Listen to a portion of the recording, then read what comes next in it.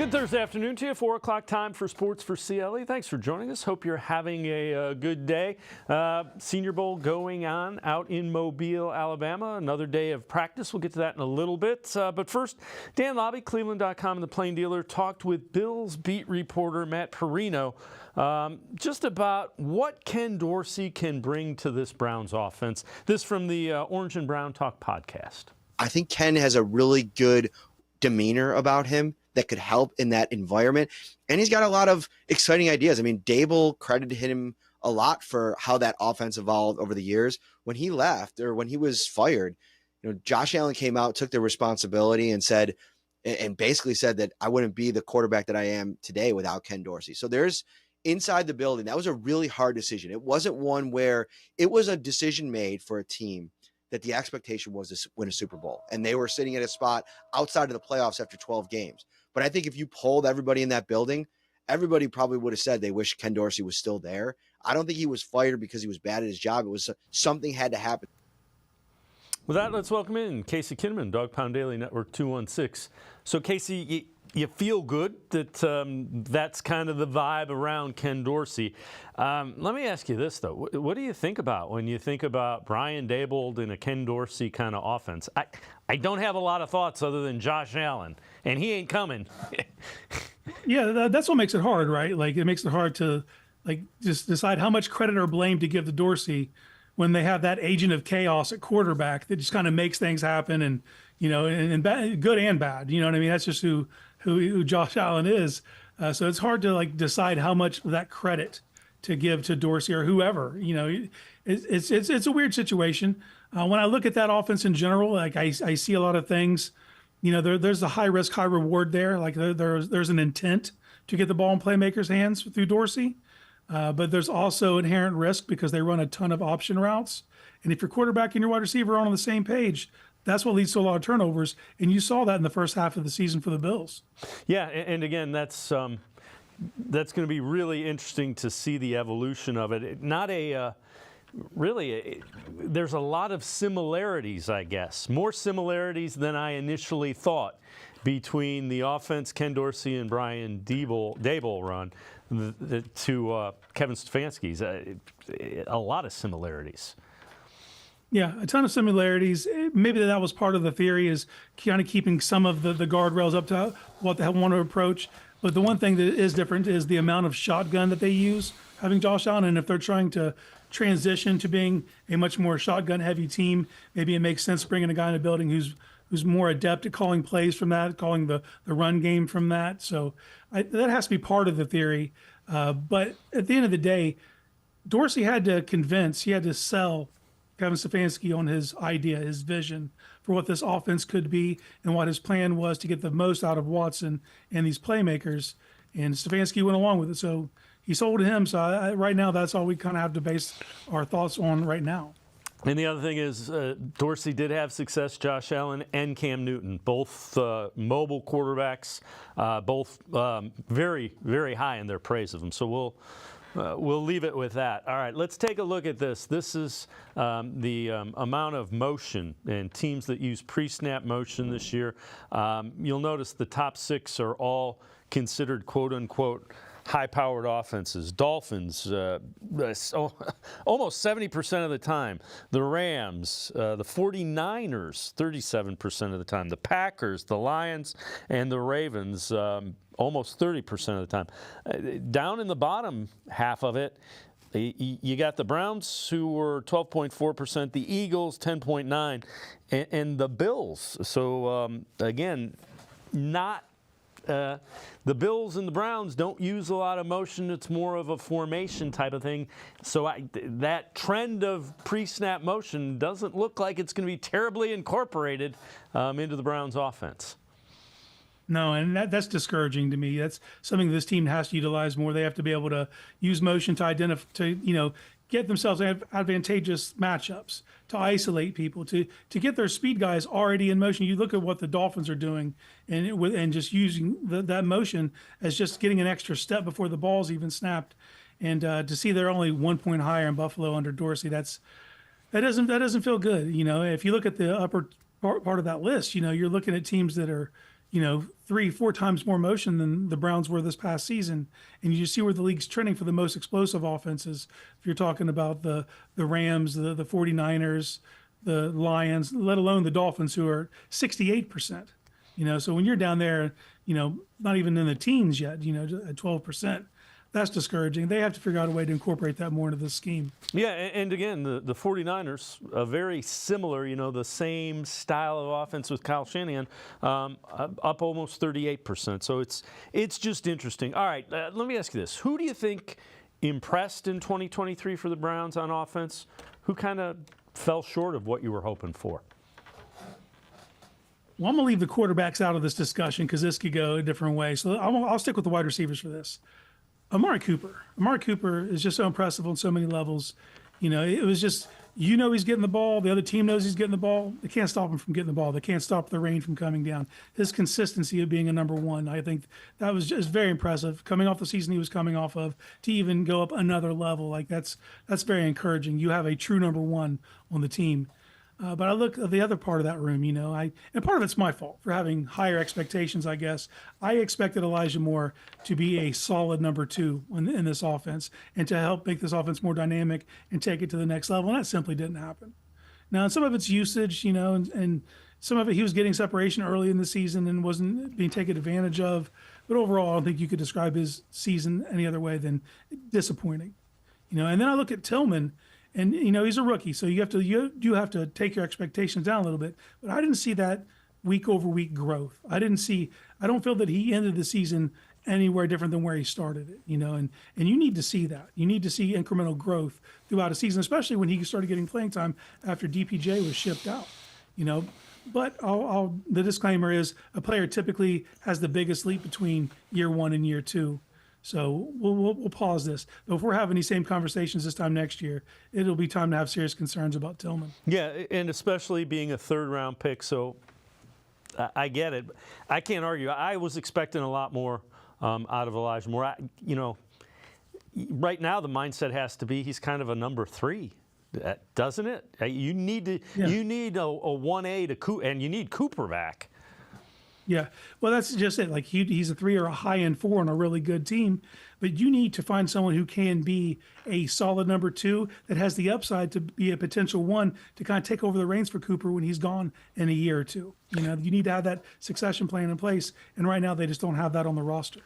All right, this from Dog Pound Daily. 3 free agents who could follow Ken Dorsey to Cleveland for 2024.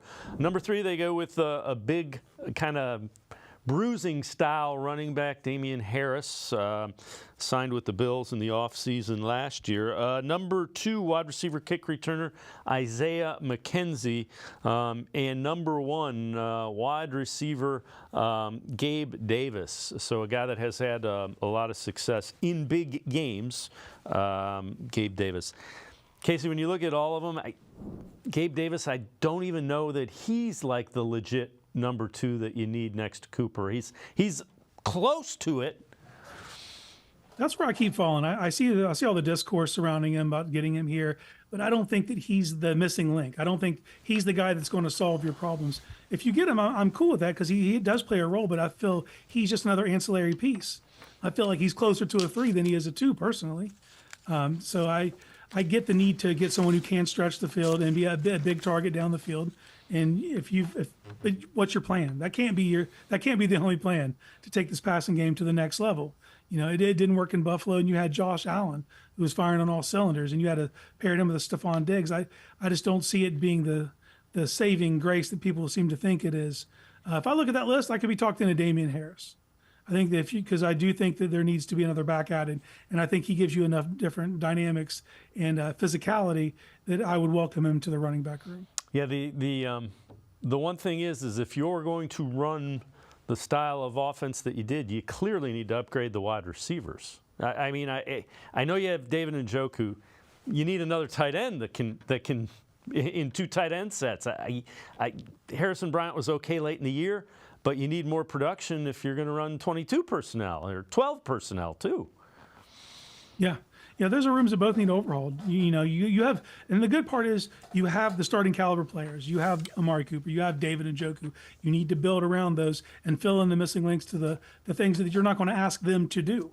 You can ask David to do a lot, but he's not going to be that move guy. He's going to, because of his success as a blocker, he's going to be more that inline guy. And he's obviously a phenomenal guy when he gets the ball in his hands, but you need that H-back or you need another move to add to that room.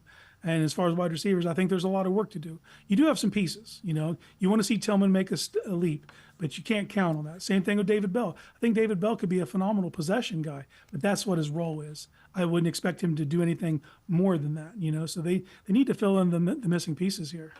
Casey Kinnamon from Dog Pound Daily Network 216 and Noggin. Step aside to take a quick timeout. Other side of the break, some tough decisions the Browns need to make this offseason.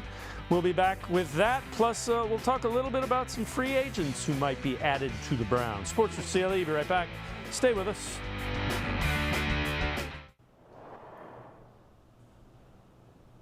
You might have expected all the games and all the excitement.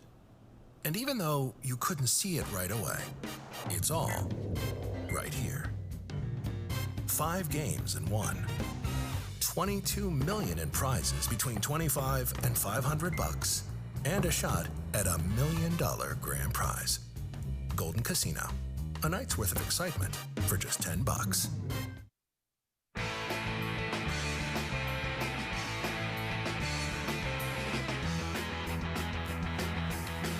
We continue talking Browns with Casey Kinnamon from Dog Pound Daily Network 216. This from Dog Pound Daily. 4 difficult decisions Browns will need to make this offseason.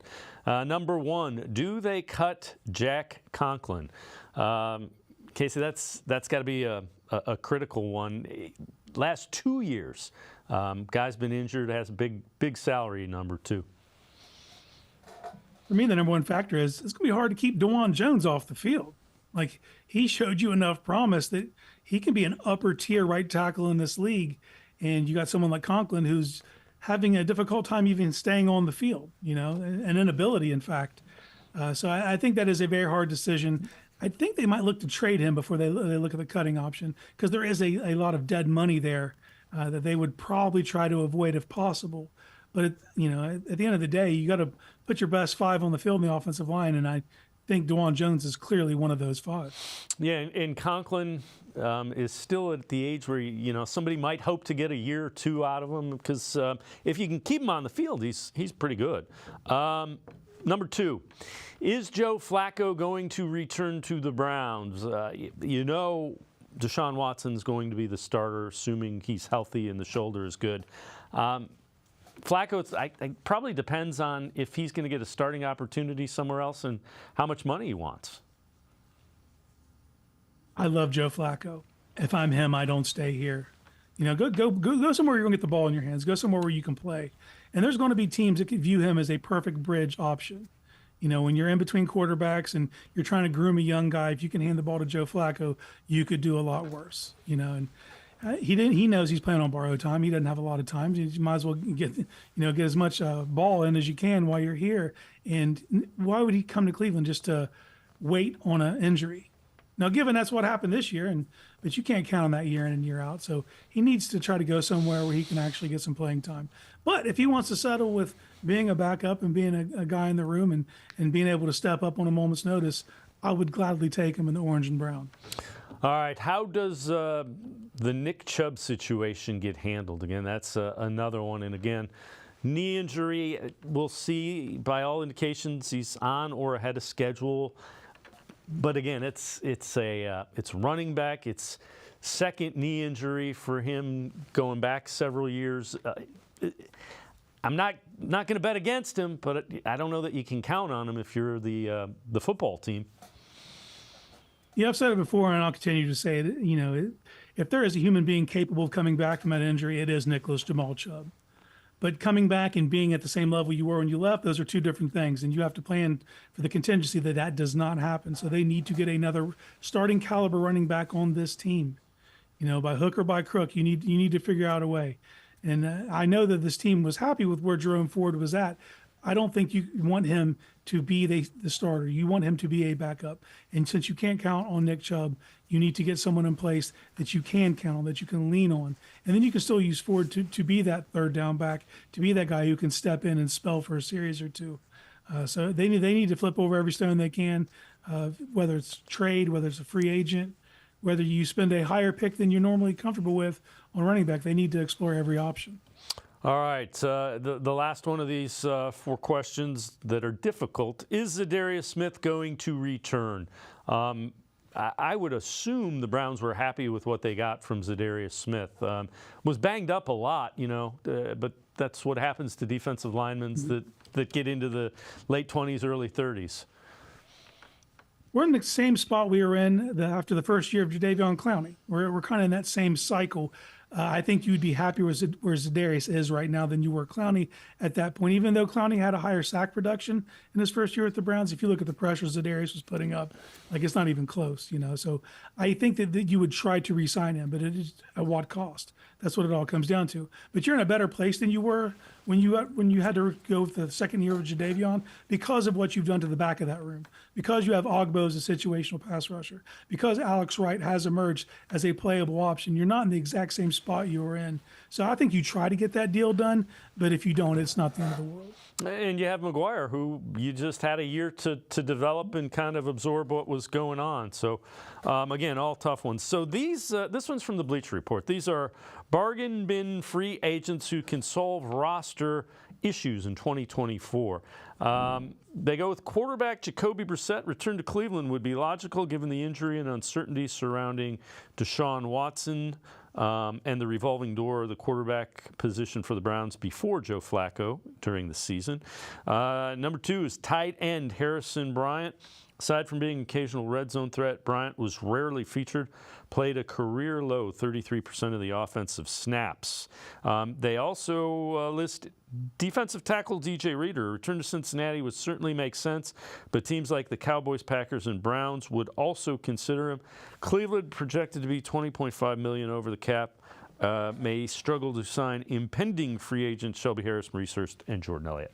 Andrew Berry has already said they have the flexibility to get under the cap and sign any free agents they want. So we're not going to worry about that.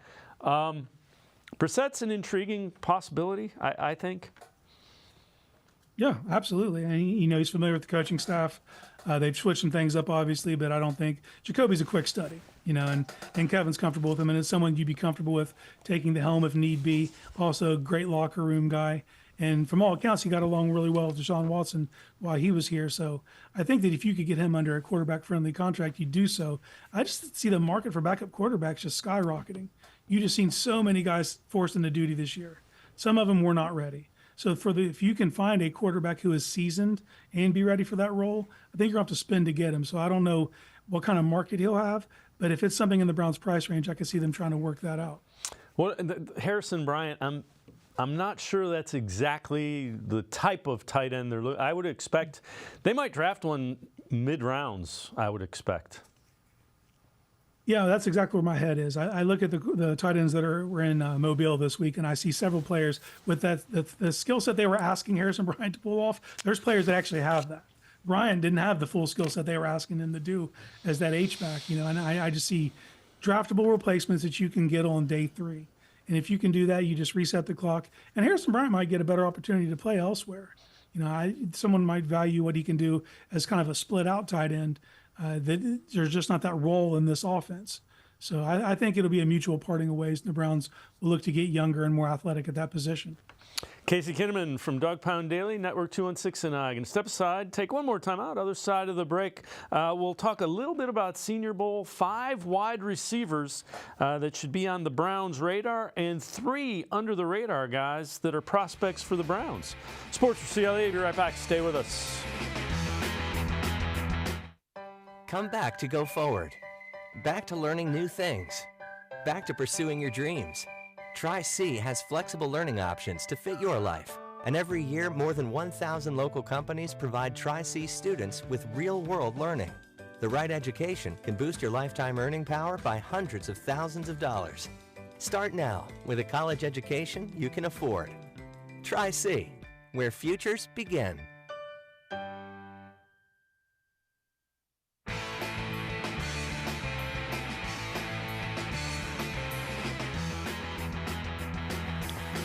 We continue talking Browns with Casey Kinnamon from Dog Pound Daily and Network 216, former NFL defensive back Jason McCourty on the NFL Network's Good Morning Football. Who is the favorite to win the AFC North in 2024?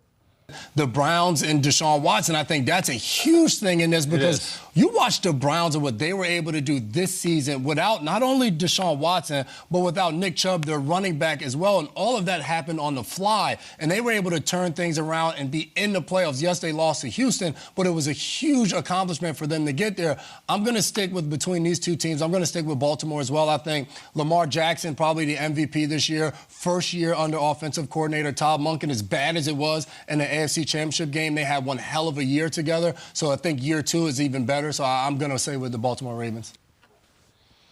Casey, hard to argue with that rationale. The Ravens were the best team all year, and then they did not show up to get to the Super Bowl.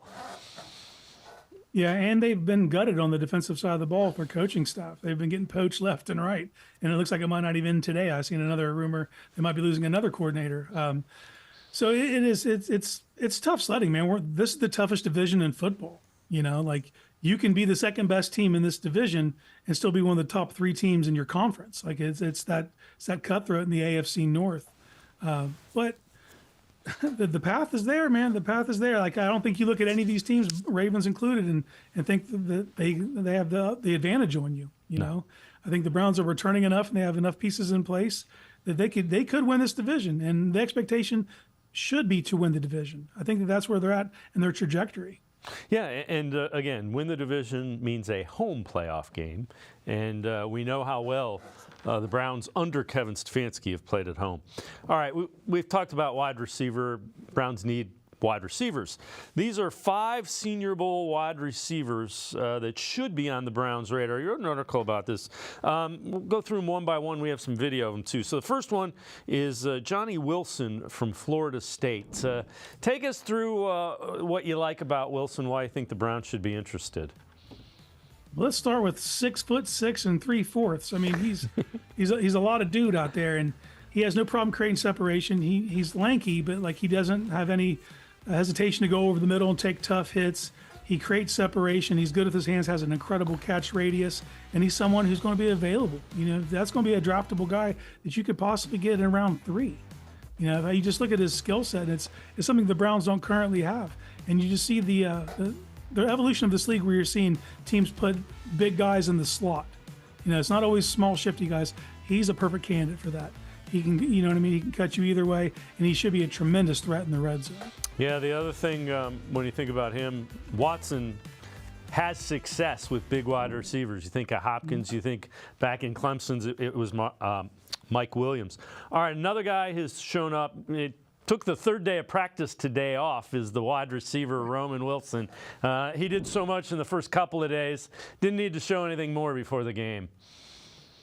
Yeah, a couple guys took the day off today. I think they made their point, or maybe they got nicked up a little bit. But Roman Wilson is a natural separator, you know. And if you watch him run his routes, it doesn't look like he has violent cuts or anything, because like his routes are just masked in smoothness, you know. And he's not a big guy. He was listed at 6 foot, and I made a bet with Jacob Roach. There was no way that guy was going to be 6 foot. Just no way. He came in at 5'10". He's an undersized guy, but he's a separation creator, and that's something else the Browns need. They greatly need someone who can just naturally create separation. It doesn't have to be scheme-oriented, and he's someone who can work very well in the slot. He has the skills to play on the outside. I just don't know if he has the size to live out there long-term. Yeah, and again, you see the speed and the quickness, and he can change directions pretty quickly. All right, the third guy that we're going to talk about, another bigger-bodied guy who's pretty physical that we've seen, Brendan Rice from USC. And yes, it is the son of Hall of Famer Jerry Rice. Yeah, Marvin Harrison Jr. has been getting all the pub for being the son of a Hall of Fame wide receiver. But there was another one, Jerry Rice's son, Brendan Rice, at the Senior Bowl, has been very physical over these 3 days. And he has good top-end speed. You know, he's a finisher. That's another thing. Causes a lot of PIs. A lot of guys try to get their hands on him when he's in the stem, and he fights through it to get to the ball. There is a knock on him that he's not creating separation early enough in his routes. I do believe he's a prototypical X and someone who will live on the outside, and I definitely think he would be a flyer and someone who I definitely think could be a 2 in the league. All right, so the next guy that we're going to talk about is Tez Walker, Devon Walker. They call him Tez Walker. North Carolina this year, was it Kent State? What do you see here? Just smooth. He's just a smooth route runner, and he finds separation wherever he wants it. If he wants it early, he gets it early. If he wants it late, he gets it late. He body catches a little too much and doesn't hand catch the ball, so that does give you some worry. But he creates such separation that he catches these balls running away, and he's a finisher. You know, he was someone who the NCAA told me he couldn't play this year, and he had to fight the appeal system, and really paratrooped into the season, you know, after 5 games and hit the ground running with Drake May and was the #1 target automatically. He's someone that just popped in the situation and was ready for it. And, you know, coming from Kent State, acclimating North Carolina, showing that he had the goods to get, you know, to go against the better competition. And you've seen it at the Senior Bowl, just constantly creating separation, and he's a playmaker. All right, and the last guy, #1 on the list, Xavier Legette from South Carolina. And again, another thing that I like, a bigger body guy. Bigger body and just explosion. You know, he explodes it right off the ball. He is a highlight waiting to happen. He's also a violent route runner. He's someone whose breaks do look violent. And he's still kind of new to the position. He was a quarterback in high school, acclimating. And I see why the scouts are giving pause, because he only had 1 year of production. Going into his senior year, his career high in catches was 18. You know, and he gets 71 for 1255 this year. I mean, just exploded onto the scene. But he's someone whose physical traits are just undeniable. You know, he was listed at 6'3" and then measured at 6'1". So you might see him slide down boards, because if it wasn't for that, the Browns would have no shot at this young man. Yeah, and all these guys are guys that could be available rounds 2, 3, and beyond. So the Browns could, in fact, have a shot at him. All right, I know you also wrote an article. Take us through this. 3 under-the-radar Senior Bowl prospects for the Browns.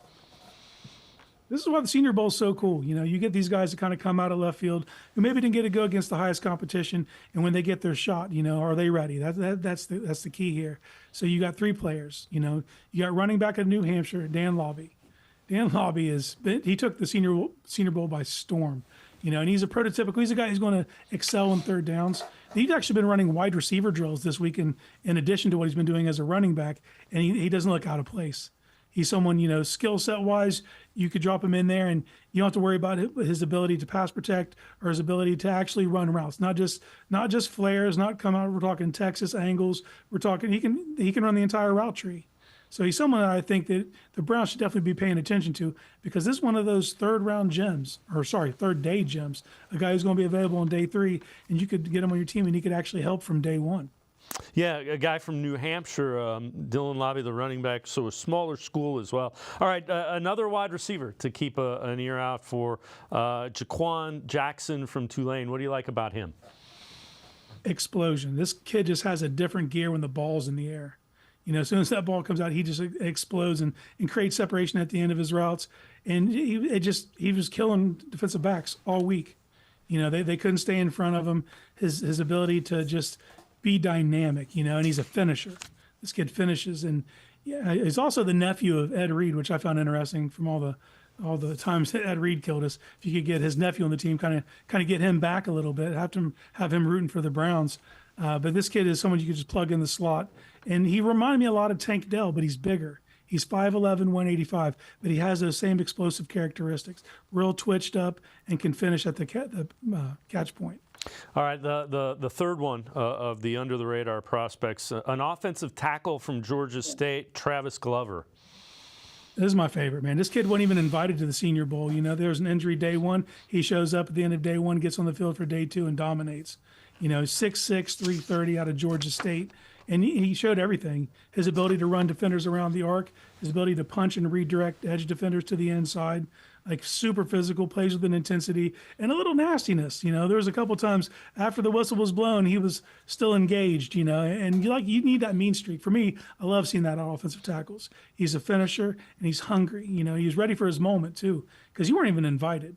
So to get that phone call, get on the plane, get there, and then show out, like, that's very impressive for me. A little angry that he wasn't invited initially is the appearance of it. All right, before I let you go, the final head coaching position has been filled. So as we take a look at it, the Commanders hired Dan Quinn today, Cowboys defensive coordinator. Seahawks, Mike McDonald. Falcons, Raheem Morris. Dave Canales for the Panthers. Harbaugh, Callahan, Pierce, and Jared Mayo. So, ironically, two of the three guys that were the high-profile guys, Bill Belichick and Mike Vrabel, both end up without head coaching gigs. How surprised are you by that? I'm shocked by that. Yeah, I would have lost money. If we were taking bets when all this thing started, I would have lost money. I also think it's crazy that 5 of those candidates were defensive candidates, you know, based on the defensive side of the ball. And the way we assume this league's going, it's all offensive philosophy and everything shifting towards that. To see all these defensive coaches get jobs, it maybe indicates a switch, you know, the pendulum's going back the other way. Yeah, you know, if you think about it, though, Harbaugh, Quinn, and Morris were all head coaches in the NFL. The other guys are kind of the young next generation, if you will. But you would have thought Vrabel and Belichick would have intrigued people. Yeah, for sure. And Belichick, you know, maybe all of his eggs were in that Atlanta basket. And I'm not so sure that Atlanta turned him down. He might have turned them down. You know, I think he was interviewing them more than they were interviewing him. The Vrabel one's puzzling to me because I see him as a high-level NFL coach. And maybe I'm just way off base here, but I think he's going to be a guy who sits out a year, and his stock will be even higher going into next year. Yeah, he'll probably have the pick. You know, guys like with Vrabel and Belichick not being in head coaching positions, if the Cowboys have a struggle, if the Jets continue to struggle, if the Giants continue to struggle, there's guys that are literally lying in wait there. Yeah, for sure. I'm with you. I could not believe that he was one of the guys left without a seat when the music stopped. You know, but you know, that's the way this league goes. It's cyclical. You know, he'll sit out a year, his stock will rise, and one of these blue blood teams aren't going to play to their level that they thought they would, and the owner's going to make a decision, and Vrabel will have a job in short order without having to do TV, mind you. He's one of those guys. Some of those guys will have to do TV. Vrabel's not that guy.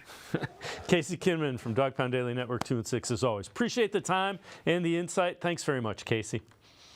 Anytime, Dave. Thanks for having me. Casey Kinnamon, make sure you check him out, Dog Pound Daily Network 216. We're going to take a quick time out. Other side of the break, we continue talking Browns. Jacob Roach from BrownsWire.com, straight ahead. Stay with us.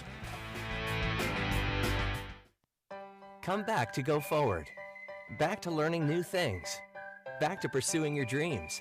Tri-C has flexible learning options to fit your life. And every year, more than 1,000 local companies provide Tri-C students with real-world learning. The right education can boost your lifetime earning power by hundreds of thousands of dollars. Start now with a college education you can afford. Tri-C, where futures begin.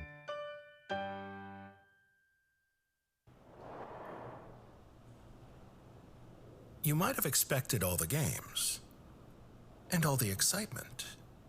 And even though you couldn't see it right away, it's all right here. 5 games in one. $22 million in prizes between $25 and $500, and a shot at $1 million grand prize. Golden Casino, a night's worth of excitement for just $10. I am powerful beyond my wildest imagination. I will define my future. I will keep challenging myself to improve. Because I am a future leader of this great nation. I will be responsible for raising a beautiful family. And educating not only my generation, but many more to come. I will make a difference in my community. And I will stand up for what I believe in. I will not settle for simply chasing my dreams. I will achieve them. Because I was given a chance. An opportunity. A home. At Family, Career, and Community Leaders of America. The ultimate leadership experience. FCCLA has been one of the greatest experiences of my life. It's made me who I am today. Join us. We'll build a new future together.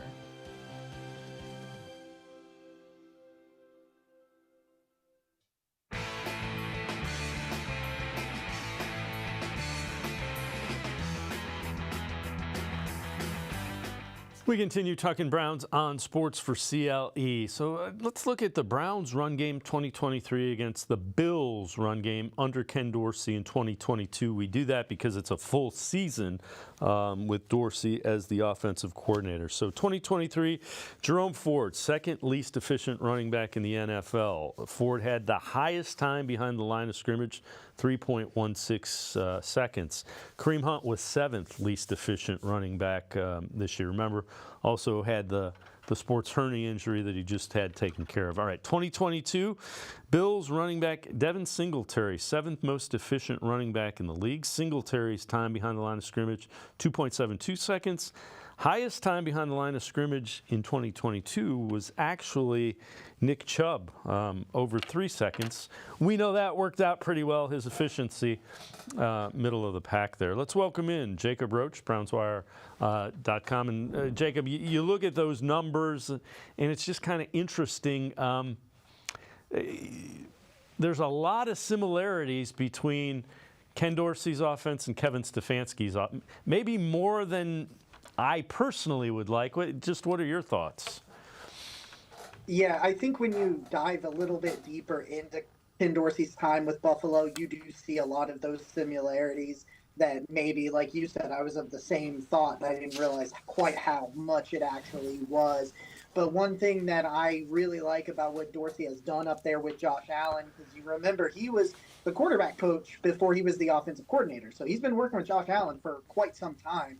It was just that development of the quarterback run game and the way they use that as a weapon. The Browns just weren't able to use that this year. And, of course, eventually they went to Joe Flacco, who isn't a mobile quarterback. But the other three are mobile guys, and they just never really seem to get those RPOs, zone reads, all those things where they use design quarterback runs. They never really seem to find a way to kind of make that work with Deshaun Watson and DTR and those guys. So I think that is the biggest thing when it comes to the run game that I think can really help. Obviously, there's those efficiency numbers, which were much better for Buffalo than what the Browns had without Nick Chubb. Makes you kind of think, if he helped Devin Singletary look like that, what's he going to do with Nick Chubb? That's a really, really interesting kind of thought to have. But I think the quarterback run game layered in there, it's very intriguing. Yeah, and again, it's a lot of two tight ends, and it'll be interesting to see. He does have experience, not only Josh Allen and Cam Newton, so more mobile quarterbacks. Let's see if that can translate to Deshaun Watson. Yeah, absolutely, because that's what we were missing, right? Like, I think that's why they went the direction they did, letting Alex Van Pelt go. It wasn't that Alex Van Pelt's not a good offensive coordinator. It's just this offense needs to evolve.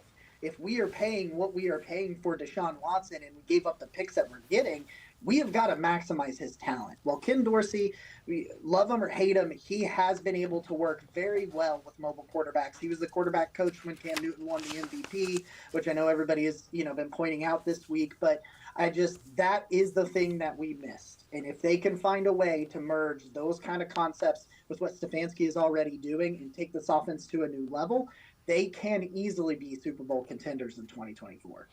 All right, so let's see how you would spend some of Jimmy Haslam's money. Here are some estimated values for Browns free agents, numbers estimates from overthecap.com. Zadarius Smith, they estimate him at $9.232 million. You bringing him back, or are you trying to bring him back for multiple years in that range? I'm honestly not. I like Zadarius. I think he had a great season for the Browns. The sack numbers weren't where they were, but the pressure numbers, the pass rush win rate was there.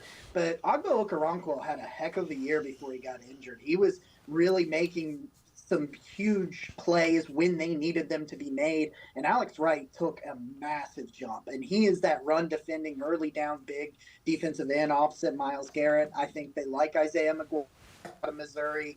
I think when you mix all of that stuff in, I think they're good at defensive end, and you've got to find some places to kind of shave some money off. And for me, I think that's letting Zadarius walk. All right, so Zadarius is not going to spend on him. All right, here's another one. Sione Takitaki, they estimate at $4.778 million. A guy, it seems like he can play wherever you plug him in the linebacking core. Yeah, and the way he came back from injury was just really encouraging because he tore that ACL very late. It was December when he got injured. And you're like, maybe a couple of months into the season he'll be able to come out there. No, he was ready for week 1. They can move him. He's at best at Sam linebacker, but he can play Mike linebacker. They don't like to spend a ton of money at the position, and JOK is going to be due for a big payday. So, yeah, I'd bring Sione back for that, absolutely. All right, Joe Flacco, and they estimate Joe Flacco's contract $5.454 million. Paying for a backup quarterback is not a bad idea. I don't know how that goes with the Deshaun Watson, Joe Flacco thing, but they seem to be getting along awfully well on the sideline. I know they want to move to some of this mobile quarterback stuff, but I feel like if Joe's interested at that number, I would bring him back because another injury, you're going to be the same spot you were when you had to bring him in the first time. So why not just have him in the room if he's going to be willing to take that kind of payday? Yeah, and again, the offense is going to be similar enough that it's not that big of a stretch. All right, defensive tackle Shelby Harris, $3.512 million. You bringing him back at that number? Yeah, yes, absolutely, 100%. Shelby Harris was great. The big timely pass deflections where he finds a way. He's done that his whole career, but when he was in Denver and Seattle, he finds a way to get his hand up and knock it down. I think he was one of the more underrated players this year. All right, linebacker Anthony Walker. They project him at $3.237 million. Are you bringing back a second of the veteran linebackers? I think this is one of the ones that I'm going to have to let walk. I wrote this up for Browns Wire a couple of weeks ago, right after the season ended, and the injuries are piling up. You can see that he's kind of lost a step. He's not, a spring chicken out there in terms of his movement skills, sideline to sideline. I love his leadership, but I just can't count on him to be on the field and be very impactful when he is out there. All right, before we go to break, this one from Sports Illustrated. The wide receiver the Browns should pursue in free agency. Sports Illustrated says it is Marquise Hollywood Brown. Seems to be less hype over Brown at the moment because he spent the last 2 years on a bad Cardinals team. Counted for 1,283 yards, 7 touchdowns over those 2 years. Proven to be plenty reliable with the right quarterback. Something he brings Browns could use in their passing attack speed. Jacob, where do you fall on that one? It's all about the money, as it always seems to be with these sorts of things. But I trust the way Andrew Berry makes these contracts, so he's not going to overpay for anybody. We've seen that. But I would do it because this allows you to bring on, like if you draft one in the second, and there's a ton of wide receivers in this draft that are very good. I think you get him to be that role that Marquise Goodwin was supposed to be, and it never worked out this year. He's still young. He's very fast. That's what they're looking for. He's not going to account. He's not going to be very expensive because of the struggles of the last couple of years. He's never really been a top flight guy. I think you could probably get him for a couple million, and I don't think that's a bad idea at all. I would absolutely kick the tires on Marquise Brown. Yeah, I'm with you. As long as it's not, as long as it's not $7-8 million, if it's in the $3-4-5 million, I'd think about it without question. Jacob Roach and I are going to step aside, take a quick timeout. Other side of the break, some wide receiving prospects Jacob has identified. Who the Browns should be interested in the draft. Sports4CLE. Be right back. Stay with us. The Ohio Lottery Partners in Education program is dedicated to recognizing exceptional students, teachers, and schools throughout Ohio. Scan the QR code on screen to nominate students and teachers as Academic All-Stars and Teachers of the Month. They must be currently enrolled or teach in grades K through 12. Is your K through 12 school developing students' literacy skills to achieve success in reading? If so, you can nominate your school for the School of the Year. Students can win $100, teachers can win $500, and schools can win $2,500. Scan the QR code, fill out the forms, and nominate deserving students, teachers, and schools today. The Ohio Lottery Partners in Education program takes pride in honoring exceptional students, teachers, and schools across Ohio. Submit your nomination today. It's fun, fast, and free.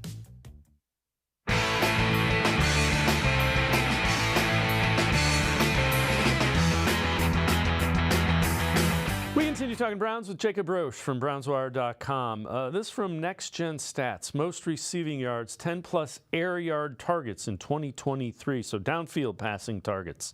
Tyreek Hill, most at 1,367. Ayuk has just over 1,000. Amari Cooper checks in at 3, just under 950, ahead of CeeDee Lamb, Mike Evans. That's kind of surprising. I mean, I knew that. But you don't think of Amari Cooper as somebody that gets downfield, and the stats tell you, yeah, he does.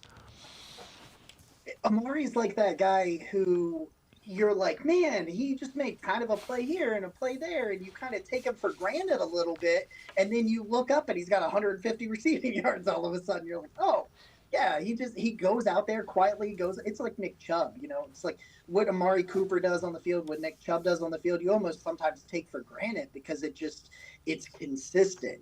I always say there's 3 consistent things in life: death, taxes, and Nick Chubb getting his. And you can probably throw Amari Cooper up there right behind that. And it's always surprising to me in a sense that even though I know how good he is, you sometimes see those numbers and you're just like, yeah, you cannot let Amari Cooper leave Cleveland this year under no circumstances. Oh, yeah, that room does not have anywhere near somebody who's ready to step up and assume that. All right, 5 wide receiver prospects for the Browns to target in the draft.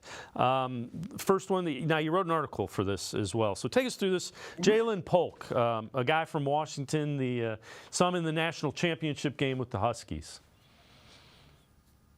Yeah, there are 3 really good wide receivers coming out of Washington. Rome Odunze is going to go well before the Browns are on the board at 55. But I'm looking for dynamic playmakers, and Jalen Polk, he fits right into that. Can attack you from the inside, can attack you from the outside. The Browns are kind of back and forth on who is their slot receiver, who isn't. He's got that downfield vertical speed to stretch to stretch a defense vertically. He can take the top off of it, but he also makes really good plays in space, has some reliable hands, and I just think they're looking to get more dynamic, and if you added someone like Jalen Polk, you would do that.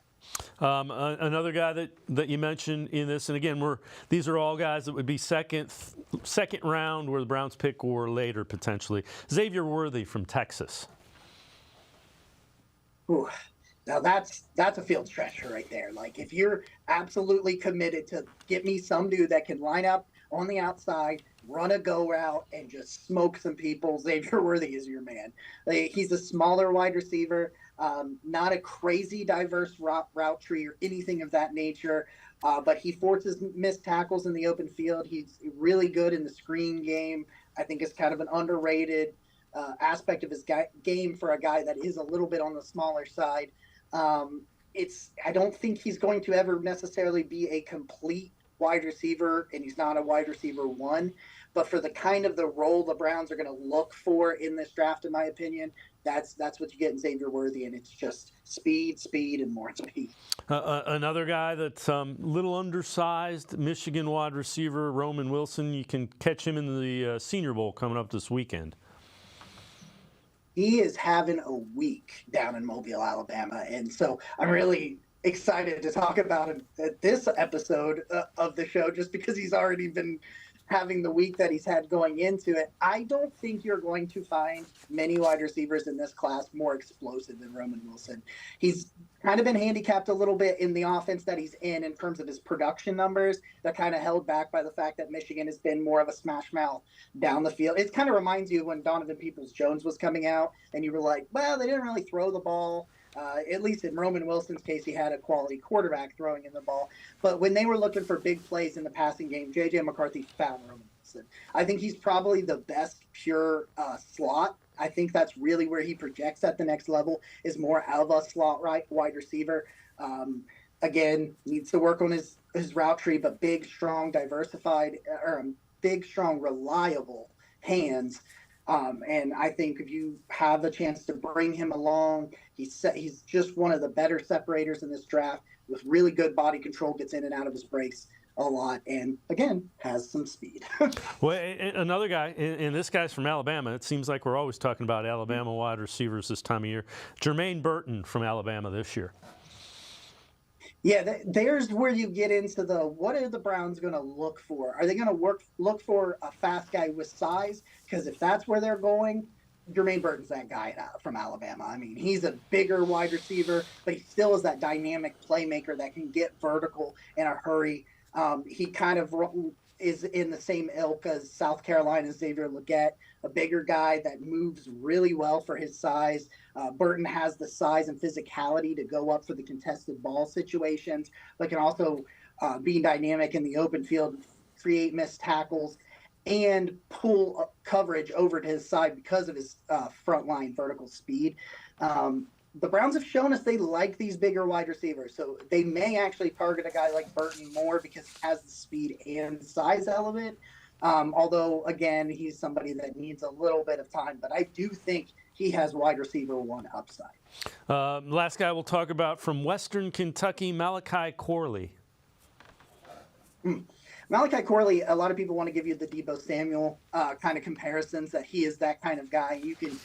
Western Kentucky just had to find a way to get Malachi Corley the ball.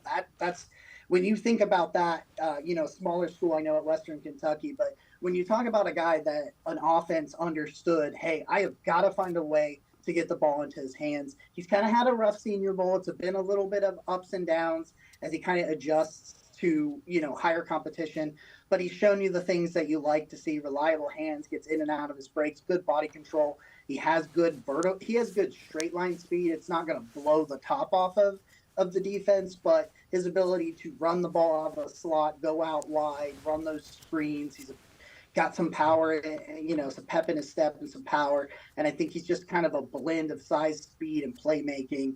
A project player, in my opinion. Is probably a third-round pick. But if you're looking for that guy that can do a little bit of everything, then Malachi Corley's the guy. Jacob Roach from BrownsWire.com, and I'm going to step aside, take one more time out. Other side of the break, we'll continue talking Browns. Sports for CLE. We'll be right back. Stay with us.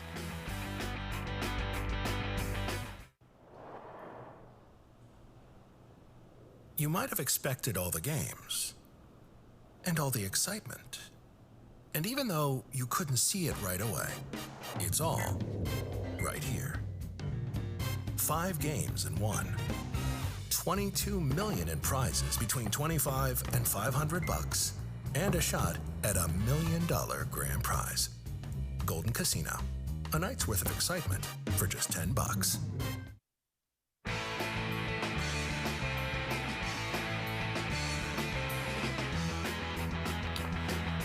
We continue talking Browns with Jacob Roach from BrownsWire.com. This is kind of interesting. So Joel Bitonio's 6th straight Pro Bowl, that is tied for the 3rd longest consecutive Pro Bowl streak in the history of the Browns franchise. First, obviously, Joe Thomas, 10 straight Pro Bowls. Jacob, when you're getting into the 6, 7, 8 realms of consecutive Pro Bowls, you're starting to talk about gold jacket kind of status, and I think Joel's it's always so hard to especially with guards, but when you keep going to that many consecutive Pro Bowls, you're starting to enter that conversation. Yeah, and you look at the injury that kind of limited some of his playing time at times this year, but prior to that, Joel was always out there. And I mean, he barely missed time this year, too, and he had a backhand, a leg injury. And at a guy of that size, you're like, well, that's probably not very good, but he just plays right through it. It's consistency with Bitonio, and it's just, you see it week in and week out. And, a couple of years ago, I had a conversation online with a couple of people that cover the Steelers talking about how hard it is for guards to get in. And they're like, well, Joel doesn't have, you've got to have all these first-team All-Pros. And then, prior to this, he gets back-to-back first-team All-Pros, and he starts getting those accolades, and you're starting to talk about it. It's like he doesn't commit penalties when he's out there. He's not ever really feels like he's hurting your team, and you know what you can get. So for me, I thought a couple of years ago, after the last 3 years, for me, I think he's right there. Like you said, it's really hard with guards, offensive linemen in general, just because you can't really point to, oh, look, he has the most touchdown passes, and, things like that. He doesn't have those kind of statistical numbers to point to. But I think a Hall of Famer for me on the offensive line is a guy that you know what you're going to get week in and week out. I feel pretty good about that with Joel. All right, this from CBSSports.com. Ranking the 12 losing teams in the 2024 playoffs by chances of reaching the Super Bowl in 2025. They had Ravens 1, Bills 2, Eagles 3, Lions 4, Cowboys 5, Texans 6. They have the Browns in at 10. Back to square one under center, where Deshaun Watson hasn't played a full year of above-average football since 2020. Some other key pieces like Nick Chubb, Jack Conklin, also aging, coming off serious injuries. Excuse me. It's hard to argue with that. Valid points. Yeah, especially at quarterback. I mean, it's really frustrating, I think, for fans, because I know it is for me covering the team and rooting for the team, that I still don't know what I have at quarterback with a guy that you gave up what you gave up and then paid what you paid to him. I think the rest of the roster, I mean, yeah, Conklin, but I'm not as concerned about Conklin aging out because DeJuan Jones is there. The Nick Chubb thing is a little bit concerning because it's the same knee that he hurt in college. But, I look at this roster and I look at the assets that they have. Second-round pick, third-round pick, a couple of 5s, a couple of 6s. And, Andrew Berry's been aggressive and Jimmy has them spending the money. But all of that doesn't matter if the quarterback cannot be on the field and be a good football player. And if anybody says they know what Watson is right now, they just don't. I just don't think you have any way you can confidently say who he's going to be. Don't get me wrong. Last time I saw him, he was great. But if that doesn't work out, it really doesn't matter that much with the rest of it, unless you get a crazy fire Joe Flacco again, where he's on a run towards the end of the year. But we saw what happened, and it eventually fizzed out in the playoffs. So I'm with it. I think it's a very talented team, a very well-coached team, and I think they'll be better next year. But, again, doesn't matter if the quarterback's not good. Yeah, again, last time we saw him, one shoulder, one ankle, he defeated the team that was the best team in football until they ran into the AFC Championship game. All right, NFL Honors Dinner is a week away. We'll find out the AP Award winners for this season during that Honors Dinner. NFL.com asked their analysts who they would vote for in each of the categories. We'll take a look at the Defensive Player of the Year. This one will anger Browns fans. T.J. Watt, 11 votes, ahead of Myles Garrett, 9, Micah Parsons, 8, Bland and Max Crosby, 2 apiece. So that one goes to T.J. Watt, according to the NFL.com analysts. That's going to be a close vote, just because some people will weigh the sacks. Myles didn't have the sacks. To appreciate how good he is, you have to watch the Browns week in and week out to see what people try to do to him. Yeah, I mean, there are complete offensive game plans are shaped around what they're going to do with Myles Garrett. And I thought when you go and watch that playoff game against the Texans and see what Bobby Slowick and that offense did, they made sure everything went away from him. They gave Myles Garrett. They gave Myles Garrett no chance to be a massive impact. And yes, he had some struggles here and there, and Laramie Tunsil is a fantastic left tackle. But when they were going to move C.J. Stroud around, they moved him away from Myles Garrett. And you see defenses do that week in and week out. I don't think they do that as much for T.J. Watt. And I think T.J. Watt's fantastic. But he's got a bunch of these unblocked sacks, and, he doesn't get the attention that Myles does. And for me, I think in the regular season, the Browns defense was maybe the second or third best defense in the entire NFL, and he was the best player on that defense. And I watched all these games, and I watched what offenses knew they had to take him away or he was going to wreck the game. And so he was either game planned around or wrecking games as Defensive Player of the Year to me. Yeah, I'm with you. I agree, and I think it'll be a really close vote. Jacob Roach, BrownsWire.com. As always, great stuff. Appreciate the time and the insight. Thanks very much, Jacob. Thanks, guys. Jacob Roach, make sure you check him out. Really good stuff with BrownsWire.com. Before we go, some news from the Cavs. Kind of interesting. Donovan Mitchell was named the NBA Eastern Conference Player of the Month. You see the numbers. 28.6 points, 5.2 rebounds. Look at the assists. Cavs were 11-2 in the month. With Darius Garland out, they put the ball in his hands, and he delivered big time. There's no doubt in my mind Donovan Mitchell should be a starter on the Eastern Conference. He adapted his game to what his team needed. He will likely be named a reserve, but congratulations. Just a great honor for Donovan Mitchell, named the Eastern Conference Player of the Month. It's going to do it for this edition of Sports for CLE. We will see you back here tomorrow at 4 o'clock. Have a great night, everybody. See you tomorrow at 4 on Sports for CLE.